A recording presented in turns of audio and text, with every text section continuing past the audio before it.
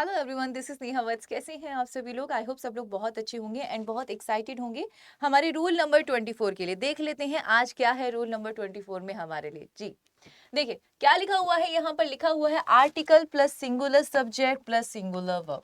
मतलब क्या है? मतलब अगर मैं एक छोटी सी बात आपको समझाऊं कि अगर आपके पास एक सब्जेक्ट है और उसके साथ एक आर्टिकल लगा हुआ है, इसका मतलब वो एक ही इंसान की बात करी गई है। अगर एक ही इंसान की बात करी गई है तो एक ही वर्ब आएगी। वहीं पर अगर आपके दो सब्जेक्ट हैं, दो नाउन है, उसके साथ अपनी अपनी आर्टिकल लगे हुए हैं, है ना। फॉर एग्जाम्पल एक मैनेजर है और एक टीचर है, दोनों ही मुझसे मिलने आए हैं। मैनेजर से पहले भी आर्टिकल लगा है, टीचर से पहले भी आर्टिकल लगा है। इसका मतलब क्या हुआ? वो दो इंसान है। अब दो इंसान है तो उसके साथ क्या आएगी? प्लूरल वर्ब आएगी। बस यही सारा कॉन्सेप्ट है समझने का। वो आज आप समझ लेंगे क्योंकि ये एक ऐसा कॉन्सेप्ट है, आर्टिकल में ही आता है। आर्टिकल में भी पूछा जाता है, सब्जेक्ट वर्ब एग्रीमेंट के टॉपिक में भी पूछा जाता है।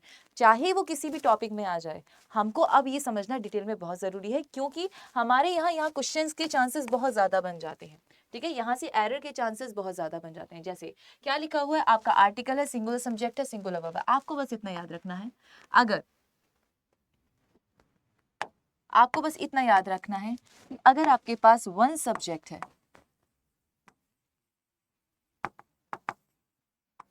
ठीक है, और उसके साथ आर्टिकल लगा है,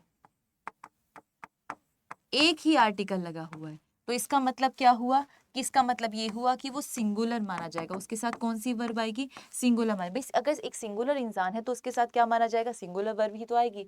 वहीं पर अगर आपके टू सब्जेक्ट्स हैं, अगर आपके टू सब्जेक्ट है, उन सबके साथ आपका क्या लगा हुआ? आर्टिकल लगा हुआ है। उन सबके साथ आर्टिकल लगा हुआ है और दो आर्टिकल लगे हुए हैं और इंडिविजुअली लगे हुए हैं, मतलब इंडिविजुअली एक एक सब्जेक्ट के साथ आर्टिकल लगे हुए हैं, तो याद रखिएगा उसके साथ कौन सी वर्ब आएगी? प्लूरल वर्ब आएगी। बस इतना सा खेल है और कुछ नहीं है। बस इतनी सी चीज है जो समझने की है और इससे ज्यादा कुछ है ही नहीं। मतलब आपको बस ये करना है, आपने कोई सेंटेंस पढ़ा, आपको एक सब्जेक्ट दिखा, उसके साथ एक आर्टिकल है, उसके साथ एक वर्ब लगा दो। आपने कोई सेंटेंस पढ़ा, उसके साथ आपने दो सब्जेक्ट देखे, दोनों के साथ आर्टिकल लगा हुआ है, इसका मतलब वो दो पर्सन है, तो वर्ब की भी कैसी आएगी? प्लूरल आएगी। बस इतना सा समझना है। चलिए अब एक काम करते हैं। यहाँ पर आई होप कि 50% कॉन्सेप्ट आपको कंप्लीट समझ में आ गया होगा, लेकिन जो 50% बचा हुआ है उसकी गुंजाइश भी क्यों छोड़नी है। यहाँ पर देख लेते हैं क्या लिखा हुआ है। कुछ प्रैक्टिस क्वेश्चंस हैं, इनको प्रैक्टिस करते हैं ताकि आपके कॉन्सेप्ट में और क्लैरिटी आए। क्योंकि हमारे लिए थियोरटिकल एंड द प्रैक्टिकल दोनों ही चीज़ें ज़्यादा इंपॉर्टेंट होती हैं। इवन प्रैक्टिकल ज़्यादा इंपॉर्टेंट होता है क्योंकि जब एग्जाम आता है, एग्जाम का जो माहौल होता है, वो जो प्रेशर होता है, उसमें आपका प्रैक्टिकल एक्सपीरियंस सबसे ज़्यादा काम आता है। ठीक है, चलिए देखते हैं क्या लिखा हुआ है। The poet and philosopher is famous.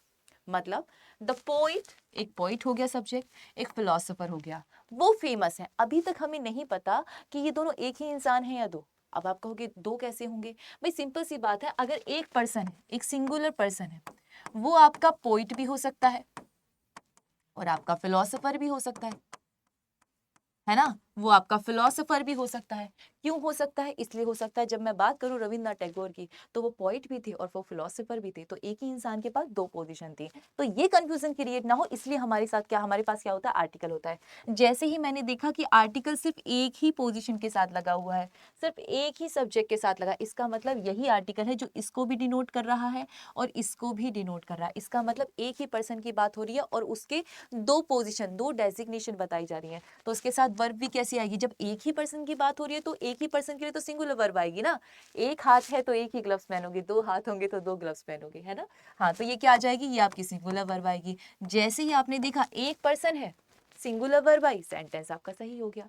ये एरर आपकी, अब देखो आर्टिकल की एरर भी ऐसे आ सकती है, सब्जेक्ट वर्ब एग्रीमेंट में भी एरर ऐसे आ सकती है ना।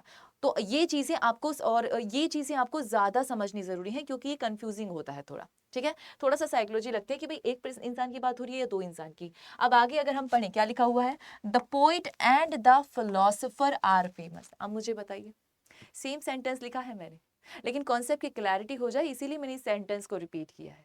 देखिए, अब जैसे ही मैंने बोला the poet and the philosopher are famous, sentence ये भी सही है, सेंटेंस ये भी सही है। क्यों सही है? लेकिन बात को अब समझिएगा।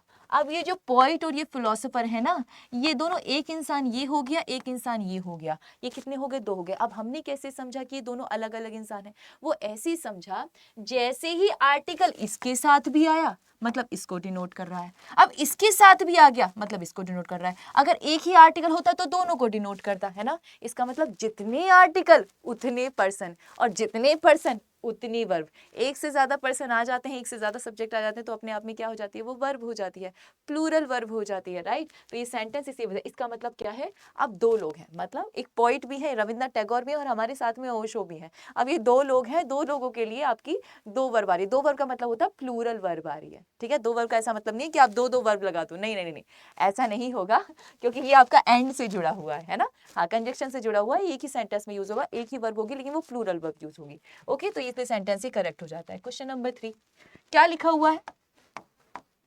A singer and a dancer is on the stage. मुझे जल्दी से बताइए, इसको पोज कर लीजिएगा, वीडियो को थोड़ा सा ध्यान लगाइएगा। वैसे ज्यादा ध्यान लगाने की जरूरत नहीं पड़ेगी, क्योंकि बहुत प्यार से कॉन्सेप्ट समझ चुके होंगे आप। तो मुझे बात बताइए, यहाँ पर एक सिंगर है और एक डांसर है। सिंगर से पहले भी आर्टिकल आया, इसको डिनोट कर रहा है। डांसर से पहले भी आर्टिकल आया, इसको डिनोट कर रहा है। अब एक सिंगर हो गया, एक डांसर हो गया, कितने हो गए मैम? दो हो गए। लेकिन आर्टिकल कितने हैं मैडम? वो भी दो हैं। अरे जब दो है तो इसका मतलब क्या हुआ? इसका मतलब दो पर्सन है। अगर दो पर्सन है तो ये इज आएगा या आर आएगा? मुझे खुद से बताइए। मैडम आर ही तो आएगा, जितनी आर्टिकल उतने पर्सन, उतने पर्सन मतलब प्लूरल वर्ब, ठीक है। तो इसका मतलब ये सेंटेंस आपका गलत हो जाता है। अगर आपको सही करना होगा तो आपको उसके साथ प्लूरल वर्ब का इस्तेमाल करना होगा। Got it? समझ में आ गया? अब लास्ट क्वेश्चन जो है वो आप सॉल्व करेंगे, मुझे कमेंट सेक्शन में बताएंगे कि मैम इसका आंसर क्या होगा। यहाँ पे मैं सॉल्व कर देती हूँ, कोई प्रॉब्लम नहीं है, लेकिन आंसर पहले मेरे सॉल्व करने से पहले पहले आपको टाइप करके बताना पड़ेगा। चलिए, क्या लिखा हुआ है? The secretary and the treasurer has resign. जल्दी से बताइए क्या होगा? सिंपल सी बात है मैम, सेक्रेटरी से पहले क्या आया है? आर्टिकल था, इसको डिनोट कर रहा है। लेकिन ट्रेजरर से पहले तो नहीं आया, इसका मतलब यही आर्टिकल इसको भी डिनोट कर रहा है। एक ही आर्टिकल दो को बता रहा है, मतलब वो आपका सेक्रेटरी भी है, वो आपका ट्रेजरर भी है। तो इसका मतलब क्या हुआ? ये सिंगुलर पर्सन की बात कर रहे हैं। अगर सिंगुलर पर्सन की बात कर रहे हैं तो क्या होगा? सिंगुलर वर्ब का इस्तेमाल हुआ। सेंटेंस आपका बिल्कुल सही हो जाता है। ओके, ठीक है। अब मुझे बताइए, इसमें चारों सेंटेंस में, ये चारों सेंटेंस में आपको क्या प्रॉब्लम हुई? कोई नहीं। बस आपको जैसा सब्जेक्ट, आपको थोड़ा सा दिमाग लगाना पड़ेगा कि ये एक सब्जेक्ट के बारे में बात कर रहा है, एक पर्सन के बारे में बात कर रहा है, या दो पर्सन के। जैसे ही आपको उस पर्सन का, उस सब्जेक्ट का पता चलता है, आप उसके अकॉर्डिंग वर्ब लगा दीजिए। सिंपल हो गया, ठीक है। अब आप एक काम करेंगे मेरी तरफ से। अब आपको एक काम करना है कि ये कुछ प्रैक्टिस क्वेश्चन है। प्रैक्टिस क्वेश्चन का मतलब है, यहाँ पर कुछ क्वेश्चंस दिए हुए हैं, आपको इसमें बताना है कि choose the grammatically correct option. इसमें से ग्रामेटिकली करेक्ट ऑप्शन क्या होगा? इन चारों में से एक बताना है आपको। उसके अलावा ये बताना है कि the chairman and the secretary dash present at the meeting, ठीक है ना। ये एक सेंटेंस है, फिल इन द ब्लैंक्स का है। मतलब दोनों तरीके से आपके एग्जाम में, चाहे आपका किसी भी चीज़ का क्वेश्चन, चाहे किसी भी चीज़ का एग्जाम होता है जिसमें आपका इंग्लिश बहुत इंपॉर्टेंट रोल प्ले करती है, अगर ग्रामर में किसी भी तरीके से आपको प्रेजेंट करके दे दिया जाए, उससे फर्क नहीं पड़ता, आपको दोनों क्वेश्चन का मुझे आंसर देना पड़ेगा। और एक और सेकेंड, वीडियो को यहीं पर पोज कर दीजिएगा, क्योंकि इसके बाद आपका वो स्लाइड आएगी जिस पे आपके आंसर्स मेंशन होंगे। इससे पहले कि आप स्लाइड को देखें, उससे पहले आपके आंसर आने चाहिए। अगर आपके आंसर्स मेरे आंसर से मैच करते हैं, इसका मतलब हमारा एग्जाम भी हमारे पास है, ठीक है। हाँ चलिए, तो इसका मतलब क्या होगा? यहाँ पर इसके जो आंसर्स होंगे वो क्या होगा? फर्स्ट का आंसर डी होगा, सेकंड का आंसर सी होगा। आप बस ध्यान रखिएगा कि आपके आंसर मेरे आंसर से जरूर मैच करें। ओके, एंड मुझे जरूर बताइएगा कि कैसा लग रहा है आपको रूल नंबर 24 की इस जर्नी में, रूल नंबर 70 की इस जर्नी में आपको ये सेशन आपको कैसा लगा? मुझे कॉमेंट सेक्शन में जरूर बताएं। Thank you class.